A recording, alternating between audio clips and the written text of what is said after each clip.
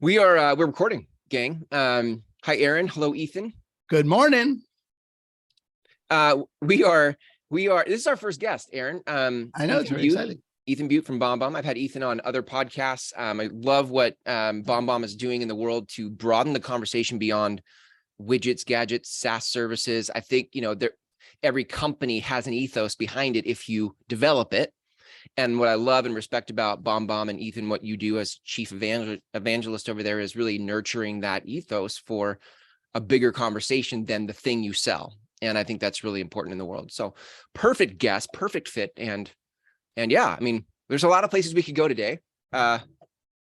Anything that you're present to, maybe before I pose a question. I'll just say it's a privilege. I appreciate the kind words. I appreciate being the first guest between you all. I appreciate the direction of what you're trying to do through these conversations. And yeah, it is, I guess, just as an opening comment to reinforce something you said. Yeah, I mean, each of us at the end of the day has some product or service for sale at a particular price. You need to find a way to go to market with it. You have goals that you want to hit. Typically, those are very easily measured things. Typically, it's going to be, for a real estate agent, GCI. For a company like ours, it's going to be revenue, retained revenue, expanded revenue, and new revenue. But we all know that we achieve those as a consequence of a lot of other things that are a lot harder to measure. And so, especially for people kind of like newer to the game or perhaps motivated a different way, I don't think they're probably going to be listening to the show very much. This person I'm imagining, yeah. It's easy to get caught up looking at the goal. And in fact, with all of the attention we pay to the scoreboard, we lose sight of what's happening. I guess to use a sports metaphor, what's happening on the field of play, play by play, day by day, minute by minute, hour by hour, conversation by conversation, impression by impression. But we all know that the big number at the end of the year or the end of the decade or at the end of our lives is built up of all these little things that happened along the way. And I think if we focus more attention there, that the outcomes, and I'm having this conversation with a lot of people myself, the outcomes are the outcomes, right? And we will get what we earn in the end, but you don't earn it by focusing on the number because you wind up mistreating people along the way. Yeah. It's an interesting metaphor. I was just gonna say the metaphor to me is interesting because I think for me, when I was an agent, I didn't consciously choose the game I was playing. The game was decided for me in real estate. So I got in and went to all the classes and the coaches and the books that taught me how to play that game. I'm not sure that I ever thought about how do I create. I've always been interested in social impact or change. How do I help bring transformation to people who want it? But I didn't connect those dots in real estate. I didn't see how to use real estate as the thing with micro actions and movements that over the course of a lifetime would have anything other than how many houses I sold as a scoreboard to the change I'd made. That's an interesting metaphor because I don't think most people choose the game they're playing in real estate. Yeah, I think, well, I mean, and when you're talking about it that way, I think that's the sort of the underlying thesis of our conversation in the first place is that the game, I'm stealing a term from one of my coaches, but the force field of GCI, the pull in any real estate, and Ethan, you speak on stages and your books and everything, the pull is to how does it impact GCI is your your ROI on the impressions. What's my ad spend bringing me? How many people viewed this? How many people converted? The whole world calls for the GCI as the ultimate measure, and we debate this it's not we debate this, but we grapple with this all the time regarding where it's critical. It's the GCI is what feeds anything else, right? And what if you weren't stuck? What if you're, and I think, Ethan, this is what you're pointing to. What if your attention, to go back to the sports metaphor, keep your eye on the ball, right? In the world of sports. But I think the ball people keep their eye on is GCI. And that's not the ball. That's not the only possible ball to keep your eye on. And I think what you're saying is the real ball is the human interaction between people is the ball. The GCI is a score, that measures this. And we're talking, if it wasn't just GC, so that's one thing, right? That you're talking, the human interaction is the ball. Keep your eye on that. And that's very much what I get from your books and from your products and everything, is that how are you impacting the individual conversation? And then the GCI is a measure and all the KPIs that go with that. But then there's also the world in which the GCI occurs could be a difference I want to make in the world, that there's no conversation for that's a measure or a place to get, or even a place to come from. Like there's no conversation for what's the dent I'm out to make. And I think that's an interesting way to look at what you're building, Ethan, is, are my conversations impacting people and moving them into a different space? Yeah, we have, and so all we're calling for, I think, as you continue to advance these conversations, is how do we find more balance between these? Because for us, running a profitable business is critical to our ability to do what we really want to do in the world. Now, we also have the advantage that, so I guess I'll just break it down. We are essentially rehumanizing business communication. I know, and the thing that's brought me back day after day, I've been at BombBomb for over 11 years full-time now, and I was doing project work with the two co-founders before I joined them full-time. And the thing that keeps bringing back is I sincerely believe that we can change business results and change business culture at the same time by making it personal, by making it more warm, by equipping people to be themselves and to win as themselves. It's one of the reasons we've always served a lot of folks in the real estate and mortgage communities, is that, who you are is fundamental to the service that you provide. How you make people feel is fundamental to whether they proceed with you or refer you and all these other things. Your brand name is truly your personal name. No one says, oh, you got to go talk to my guy at EXP. They say, oh, I got to go talk to Aaron. You got to talk to my guy, Aaron. Aaron's the guy, right? This kind of thing. And so like, there are all these, like, you are so important. And so your ability to be yourself more often, A, is more satisfying. B, it makes the world a little bit smaller. And C, downstream, it improves the business results because people feel more psychologically connected to you. At the same time, our ultimate goal is to rehumanize the planet, which is insanely ambitious and, very difficult to measure. And so the way we take that on is we've hand selected a handful of organizations that we have partnered with. And of course, we've equipped them with BombBomb and taught them how to use it and all of this, but we also do fundraisers for them. We do volunteer events for them. And, several of them are here in Colorado Springs, where the majority of the team is, although we're a lot more dispersed now than we were, say, 3 years ago. And it also includes a beautiful property outside of Kitale, Kenya, that started as a husband and wife that felt like there were too many orphans on the streets. And so let's bring some of them out here to this small property that we have on the countryside and see if we can educate them and feed them better. Flash forward, they have a fully functional school. They're teaching them valuable life skills that are, fixing engines, raising produce and livestock, preparing meals in kitchens and other things that they can go out into the world and get paid to do. And so, we're making our own small dent as we can. And the more we move, the more we grow, the more we can do. And so we have that layered, and we've been privileged. Part of what engaged me in the first place was that these were some of the early visions of the two co-founders. And I was like, I'm in. This is interesting. The product's interesting. The use cases are interesting. The idea is interesting. And the heart behind it is the right thing. And so I guess, can you create that layered approach to your real estate business? Probably.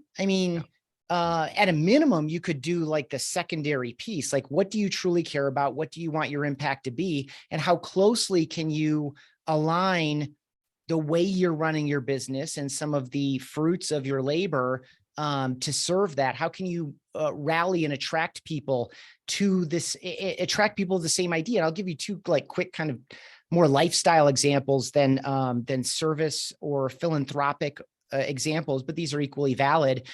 I remember years ago, there's a guy that just called himself the vegan realtor. And he was just, he wasn't just posting listings. He was posting the benefits of a vegan lifestyle and ways to do it and things like that. And he attracted a community around him. Likewise, a friend of ours that used to work at BombBomb and then just decided to go off because he learned so much about real estate working with us to go become a realtor. Was just fascinated with electric vehicles, Tesla in particular. So he's, been involved in the Tesla Club at Denver. And of course, now he's like deeply engaged in this community. He's doing, he has a great YouTube and social following around electric vehicles. And oh, by the way, all those people need to buy and sell houses. And so people know him as much for his insight and analysis and interviews within the electric vehicle space as they do realtor. But the minute you're 2 clicks in, because you like him, you trust him, he's a valued voice in your life on something you care about. He's also a realtor in a very fast growing market. So there are ways to do it. And I think the boundary is to be pushed. Yes. The boundaries to be pushed. Yes. Because that's the thing about like having a premise, having a vision, if there is no vision, if the founders of BombBomb didn't have that vision and what it was we have a SaaS product that's the next best mousetrap for communicating with your. Don't increase your GCI by double. Right. That's right. Yeah. 10x, I think 100x. 100x is the number. Right. Because now we're back, Gary. Because now we're back to GCI. But that. So what I love about it is there's intention, and that intention attracts partners, vendors, customers. Like there is a community built around the intention that without the intention, you can go hustle and grind and build a business, of course. But I think, and I will stick to that, if you could figure out who, you said, Ethan, that, you can be who you are. If you could figure out outside of real estate and GCI, who you are and what you really care about, you could build that intention into the connections you make, the conversations you have, the content you consume, the content you create, and that there would be a world of people, a database, if you want to put it back in real, so a database of people who would congregate around the intention you have, and in fact would be attracted to, not just that would be the attractant to the relationship with you over your competition, over everyone else who can list or sell your house, that the heart is the thing. And that's why I loved, I got your book here. That's why I loved this book so much, because it really gets to what's at the heart of human-centered communication. How do we communicate in a way that doesn't add pollution, but really makes a connection? Because anyway, now I'm just passionately ranting. But no, it's good, Chris. I mean, and you hear this all the time there's hardly a coach that I listen to, and I listen to a lot of people. But the smart ones, the real message is, you got to make that connection. I think what you said is that no one gives a shit what brokerage you're with. No, it's not a thing, right? Who cares, right? And every brokerage is, says they have the best whatever, just like every business says they have the best whatever. It really is about, are you making that connection? And then what Chris and I talk about all the time is, the vegan realtor guy or the electric car guy, he'll find his tribe. He'll find the tribe will find him, and that's sort of the big deal there, is that, are you, and then what our connection, or what we're out to sort of discover is, how do you leverage your role in that community? Given who you are for them, the kind of transaction they've just trusted you with, who you are for your clients, the size, the person you are, the world that you're out to build. How do you leverage that to make the difference you're out to make in the world? So I think it's all right there in the same domain. I think it's just, that's the question, is how do you leverage that? Yeah, I think something that we've talked around a bit is doing the work to get clear on that. I think just from a basic competitive perspective in an absolutely commoditized space, the effort that you put into reflection and finding ways perhaps to articulate it where, when, and how, and certainly people have been coaching sales professionals of all kinds and realtors in particular for decades on when you're in that big mixed networking space, how do you introduce the idea of the service and value that you could provide, in a salesy or non-threatening way. And so what we're talking about is in a way flipping that. And then the room, like you're hosting the room, you're not a guest in the room. You have to find ways to sneak it in. You're now hosting the room around something that you care about. And you still need to find that though. So the point I was making is this idea of getting clear on this and finding ways to articulate it, bring it to life. So instead of the pie giveaway, you're doing a volunteer event.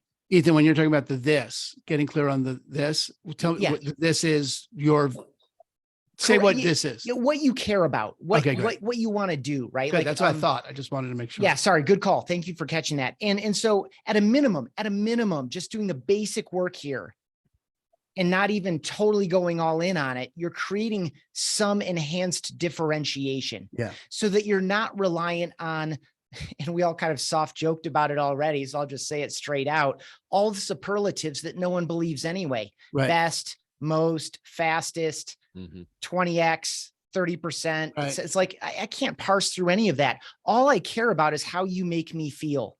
How do you make me feel about this problem or opportunity that brought us into a commercial conversation? How do you make me feel about myself as an individual human being? How do you make me feel about you as a human being? How do you make me feel about you as an expert in this space?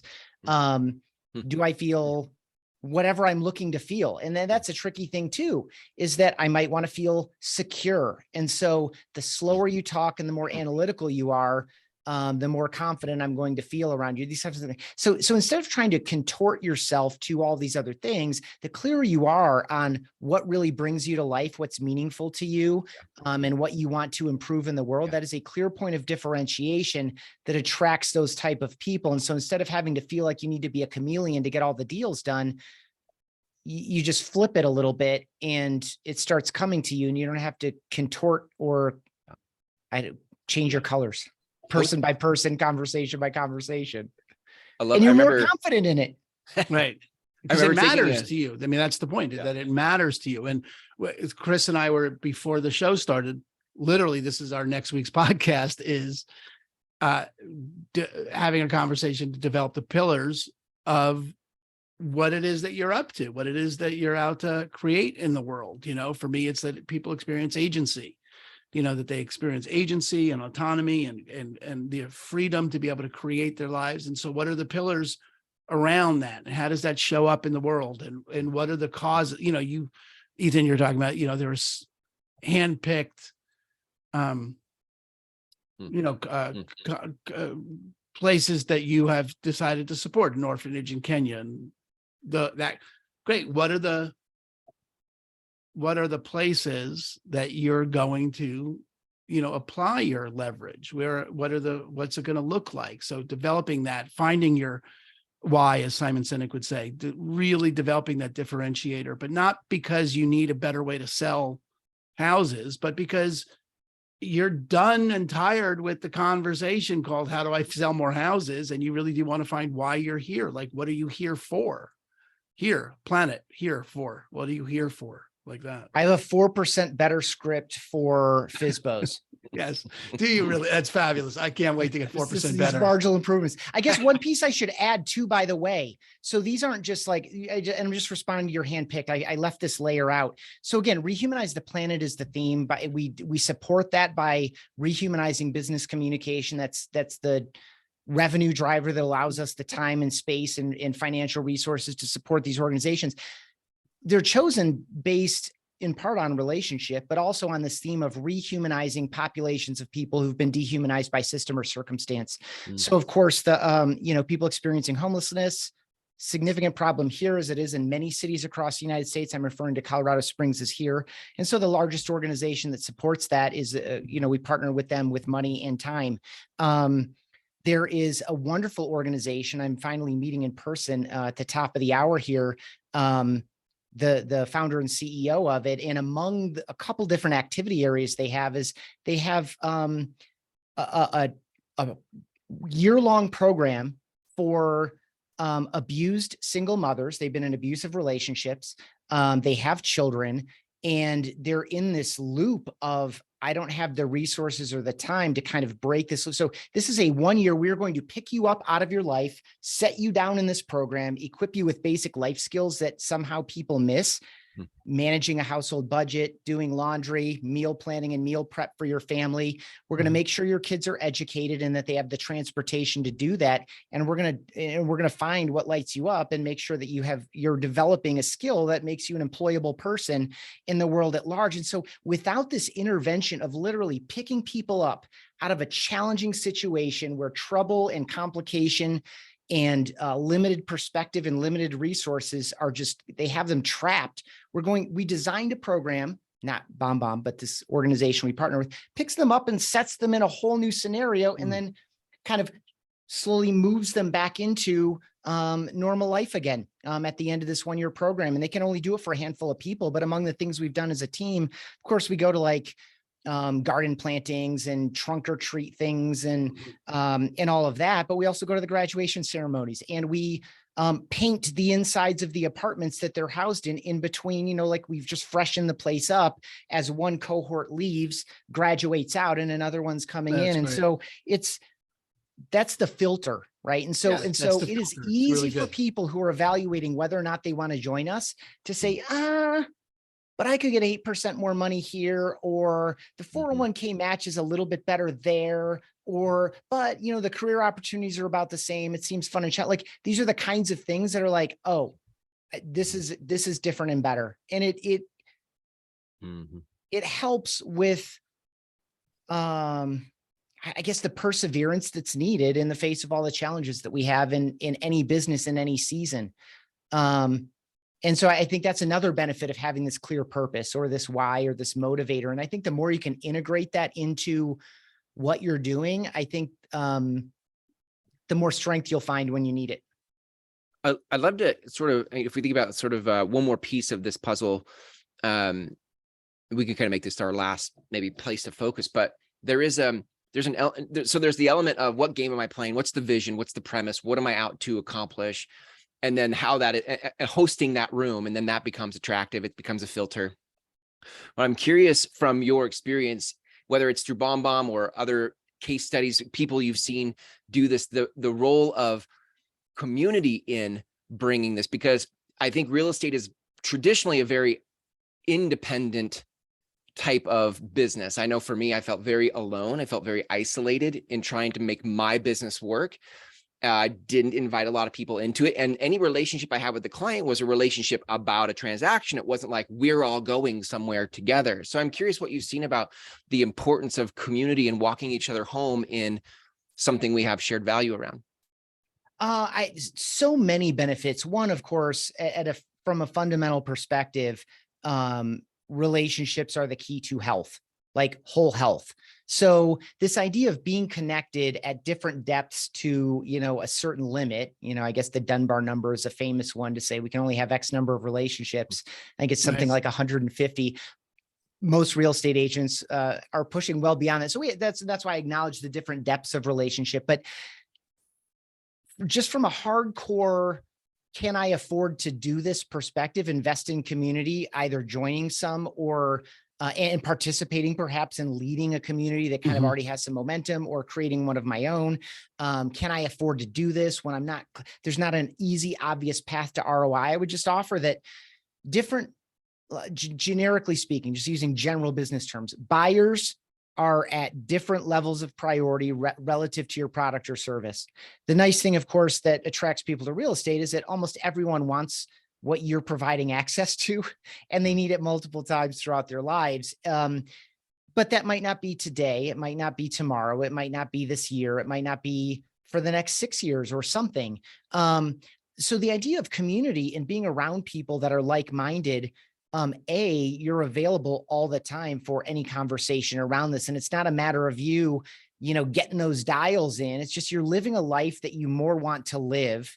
And you're in constant contact with a variety of people who either need or soon will need or want your service, or know a bunch of other people who will. And so I just wanted to kind of close this gap. And again, I'll just say it one more time. Our entire privilege at BombBomb to do this work that really, I mean, it's a privilege to serve our customers, of course, but to do this other work in addition, it's completely dependent on our ability to run a business successfully. And so, we can't take that off the table here. Right. So I want to just offer a bridge to your question. I wanted to offer a bridge to real business results that are in line with what we're talking about here. So the idea of participating in community, leading community, or even, this is the most advanced move, creating community, which, by the way, doesn't have to be this big thing either. It just means you start talking differently and, having dinners around it.